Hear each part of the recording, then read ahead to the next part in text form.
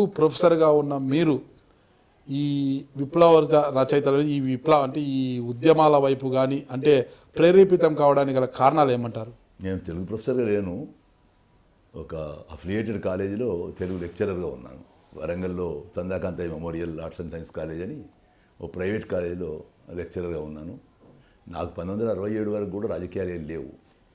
నేను కవినే. శ్రీశ్రీ కవిత్వంతో ప్రభావితమై కవిత్వం రాసిన వాడిని. నేను రాసింది అభ్యుదయ కవిత్వం అని నేను అనుకునేవాడిని. ప్రజలు ఏమనుకునేవాళ్ళు, మార్క్సిస్టులు ఏమనుకునేవాళ్ళు నాకు తెలియదు, కానీ నేను అనుకునేవాడిని. కనుక నేను రాస్తున్నదంతా కమ్యూనిజం అనేటువంటి భ్రమ ఉండేది నాకు. మిమ్మల్ని విప్లవ రచయిత సంఘం అంటారు, విప్లవ కవితలు రాశారంటారు. అంటే మీ కవితల ద్వారా చాలా మంది ప్రేరేపితులై మావోయిస్టులకు వెళ్తున్నారని చెప్తున్నారు ఉద్యమాల వైపు. అదంతా 67 తర్వాత. కవిత్వంతో మావోయిస్టులకు ఎవరు పోతారండి? నేను విప్లవకారుడు కమ్మంటే మీరు అవుతారా? మీకు ఉండే పరిస్థితులు మేము విప్లవకారుని చేయాలి, కానీ విప్లవానికి దోహదం ఈ పరిస్థితుల్లో విప్లవానికి దోహదం చేసే కవిత్వం కానీ కవిత్వం ద్వారా విప్లవం రాదు. కవిత్వం ద్వారా కాదు. అంటే విప్లవాలకు దోహం చేసే కవిత్వంతో చాలా మంది కూడా అవైపోతున్న రిక్రూట్మెంట్ కూడా జరుగుతోంది అనేది ఉంది. అంటే ఈ పరిస్థితుల్లో అంటే అడవుల్లో ఉన్న మావోయిస్టుల కోసం పోలీసులు ఎలా వేట పోనిస్తారు, అంటే బాహ్య ప్రపంచంలో ఉన్న మీపై కూడా పోలీసులు ఎలాంటి చర్యలు తీసుకున్నారంటే మీపైన చాలా మంది కేసులు పెట్టారు. వాళ్ళ మీద వేయడం కష్టం కనుక మమ్మల్ని వేటాడడం సులభం కనుక మమ్మల్ని వేటాడతారు. డాక్టర్ రామనాథన్ గారు లాంటి వాళ్ళను, పురుషోత్తం లాంటి వాడిని, ఆదమాని లాంటి వాళ్ళని చంపడం సులభం కనుక, నర్రా ప్రభాకర్ రెడ్డి వాళ్ళని చంపడం సులభం కనుక చంపేస్తారు. అంతే తప్ప మనం బయట చేస్తున్నవన్నీ దోహద ప్రక్రియలే తప్ప మౌలిక ప్రక్రియలు కావు. అయితే మావు సిట్టంగా చెప్పినట్టు ఒక యుద్ధానికి 2 తీర సైనికులు కావాలి. గ్రౌండ్లో క్షేత్రస్థాయిలో యుద్ధం చేసేవాళ్ళు కావాలి, వాళ్ళు ఆర్కే లాంటి వాళ్ళు. సాంస్కృత సైన్యం కావాలి, అది విప్లవ సంఘం కావచ్చు, జననాట్య మండలి కావచ్చు, ఇతర సాంస్కృతిక సంస్థలు కావచ్చు.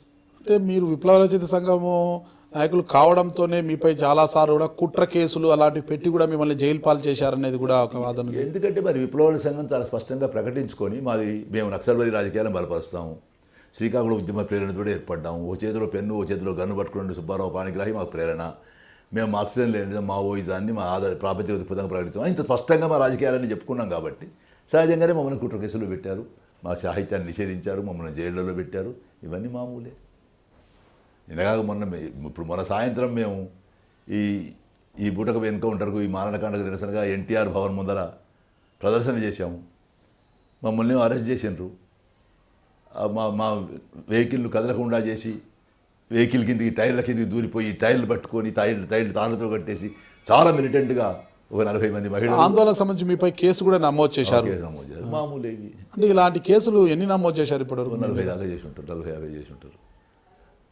కేవలం మీరు విప్లవ రచయితలు మొత్తం కవితలు రాస్తున్నందువల్లే చేశారంటారు, అంటే మీకు ఏమన్నా ప్రత్యక్షంగా విప్లవాన్ని బలపరుస్తున్నందువల్ల? ప్రత్యక్షంగా ఉండడానికి ఏమో అవకాశం ఉంటుంది? ఇంత ఓపెన్గా విప్లవ రాజకీయాలు బలపరిచేవాడి దగ్గరికి ఏ విప్లవకారుడైనా వస్తాడా? విప్లవాన్ని బలపరచాలన్న సంకల్పం మీకు ఎందుకు వచ్చిందంటారు? నక్సల్బరీ శ్రీకాకుళ పోరాటాలతో ప్రభావితమై వచ్చింది. ముఖ్యంగా సుబ్బారావు పాణిగ్రాహి రచన చదివి వచ్చింది. చుట్టూ ఉన్న సామాజిక పరిస్థితులు చూడడం వల్ల వచ్చింది. ఇప్పుడు అంటే సామాన్యంగా మైకోవిస్కీ అనేటువంటి రష్యన్ కవి అంటాడు, నేను కవిత్వం ద్వారా కమ్యూనిజంలోకి వచ్చానని. మనం సాహిత్యం చదువుతూ ఉంటే సాహిత్యంలో ఈనాటి సమాజాన్ని మనం వెతుక్కోగలిగేటువంటి కొన్ని పోలికలు కనిపిస్తాయి. ఇప్పుడు ఉదాహరణకు ఇప్పుడు వాల్మీకి ఇట్లా చూస్తే ఓ 2 పిట్టలను వేటగాడు కొట్టి పడేయడానికి అనిపించింది. అది ఇంత అన్యాయంగా చంపేసిండే ఈ పిట్టలను అనిపించింది. మామూలుగా ఏం చెప్తారంటే అటువంటి కోపం నుంచి కవిత్వం వచ్చిందని చెప్తారు, శోకం నుంచి శ్లోకం వచ్చిందని చెప్తారు. అంటే కళ్ళ ముందు అన్యాయం జరుగుతుంటే బాధపడి రాసిండు కదా ఆయన. అది నిజమే అయ్యి ఉంటే ఆయన చెప్పిందండి. కాసేపు అంత రామాయణమే రాసినవాడు, రాముని చరిత్ర రాసినవాడు, రాముడిని గొప్ప చేసినవాడు, రాముడు సీతను అడవిలోకి పంపితే సీతకు షెల్టర్ ఇచ్చాడు. నిజమైతే ఇదంతా. అంటే కవి అనేవాడు న్యాయపక్షం ఉండాలని అనుకుంటే ఎక్కడ చేరాలి? వాస్తవం నేనైతే నక్సల్కి షెల్టర్ ఇవ్వాలన్నట్టే కదా నేను కవిని అనిపించుకుంటే. నాది వాల్మీకి సంప్రదాయమే అయితే అట్లా ఎవరైనా నక్సల్ వస్తే, అట్లా పరిత్యక్తులు ఎవరైనా ఉంటే నేను షెల్టర్ ఇవ్వాలి, ఆశ్రయం ఇవ్వాలి. సాహిత్యం నుంచి నేను నేర్చుకోవాల్సింది ఇదే కదా. నేను బహుశా సాహిత్యం నుంచి ఎటువంటిది నేర్చుకున్నాను. వాల్మీకి ఉదాహరణ కాకపోవచ్చు, నాకు పాణిగ్రాహి ఉదాహరణ కావచ్చు. ఉదాహరణలు ఏమైనా కానీ కవి కర్తవ్యం, కష్టజీవికి ఇరువైపులా నిలబడమే కవి అనే నిర్వచనం శ్రీశ్రీ ఏదైతే చెప్పిండో, కష్టజీవికి ఇరువైపులా నిలబడమే కవి కర్తవ్యం అనే మాట నిజమైతే, లేదా శ్రీశ్రీ చెప్పినట్టు కాగితం మీద అక్షరానికి బలి అయిపోయాడని కుంపల్లి జనార్దన కూర్చాను, నేను ఒక కాగితం మీద ఒక న్యాయం, ఇది న్యాయం జరగాలి అని రాస్తున్నా. న్యాయం మావోయిస్టులు చేస్తున్నారు, మరి నేను ఆ పక్షం ఉండాలి కదా. అన్యాయం ఇప్పుడు ప్రభుత్వాలు చేస్తున్నాయి, ఆ అన్యాయాన్ని నేను ఎదుర్కోవాలి కదా. ఉట్టి రాతలు రాసి ఏం ప్రయోజనం?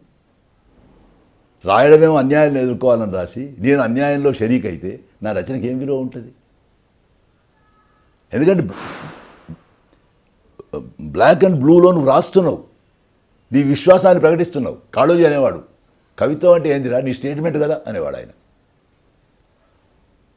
అయ్యో చాలా దుర్మార్గం జరిగిపోయింది అని రేపు కవిత రాసింది అనుకోండి, మరి ఆ దుర్మార్గాన్ని ఎదుర్కొనే జీన్పాల్ శాస్త్రి అనేటువంటి ఒక తత్వవేత్త, గొప్ప మేధావి అంటాడు, ఒకసారి ఒక దాంట్లో సమస్య ఉన్నది నువ్వు గుర్తిస్తే దాని అర్థం నువ్వు పరిష్కారంలో కూడా ఉన్నావని. మీరు వెలుగులోకి పోవాలనుకున్నారండి, ఒక పెద్ద చీకటి టనెల్ ఉన్నది, ఈ చీకటి టనెల్కి ఇటువైపు మీరు ఉన్నారు, ఈ టనెల్ అంతా నడిచిపోతే బయట వెలుగు ఉన్నదని మీకు అనిపిస్తుంది, ఈ టనెల్ నడక తప్పదు కదా. కనుక ఒకసారి మీరు ఒక సమస్యలో ఉన్నారనుకుంటే మీరు ఒక పరిష్కారం వరకు నడవాల్సిందే. దాని కవి అయితే ఏమిటి, ఎవరైతే ఏంటి, ఎవరైనా పౌరులే కదా, ఎవరైనా ప్రజలే కదా. వీళ్ళకి కొమ్ములు లేవు కదా కవులకు, పోరాడే ప్రజలకు ఉన్నట్టే, పోరాడే ప్రజలు ఉన్నట్లే వీళ్ళు ఉన్నారు. ఆ ప్రజలకు ఒక్కొక్కరికి ఒక స్కిల్స్ ఉన్నాయి, ఒకళ్ళకి వడ్రంగం చేసే స్కిల్ ఉన్నది, ఒకళ్ళకి కమ్మరి పని చేసే స్కిల్ ఉన్నది, నాకు కవిత్వం రాసే స్కిల్ ఉన్నది. వాళ్ళకంటే ఏం గొప్ప? డీజీపీ అరవింద్ రావు గారు మీరు చెప్పేది పుస్తకం రాసింది, ఆయన ఇంటెలిజెన్స్ అధికారిగా ఉన్నప్పుడు పుస్తకం రాశాడు.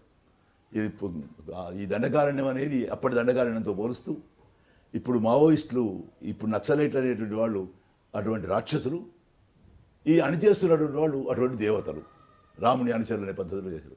అట్లా దండకారణ్యం మాత్రమే కాకుండా తూర్పు మధ్య భారతాల్లో 2009లో గ్రీన్ హంట్ ఆపరేషన్ ప్రారంభించారు. జంగల్ బహల్ విధ్వంసం కానీ, మొత్తంగా కిషన్ జీని ఎన్కౌంటర్ పేరుతో చంపడం కానీ, జార్ఖండ్లో విధ్వంసం కానీ,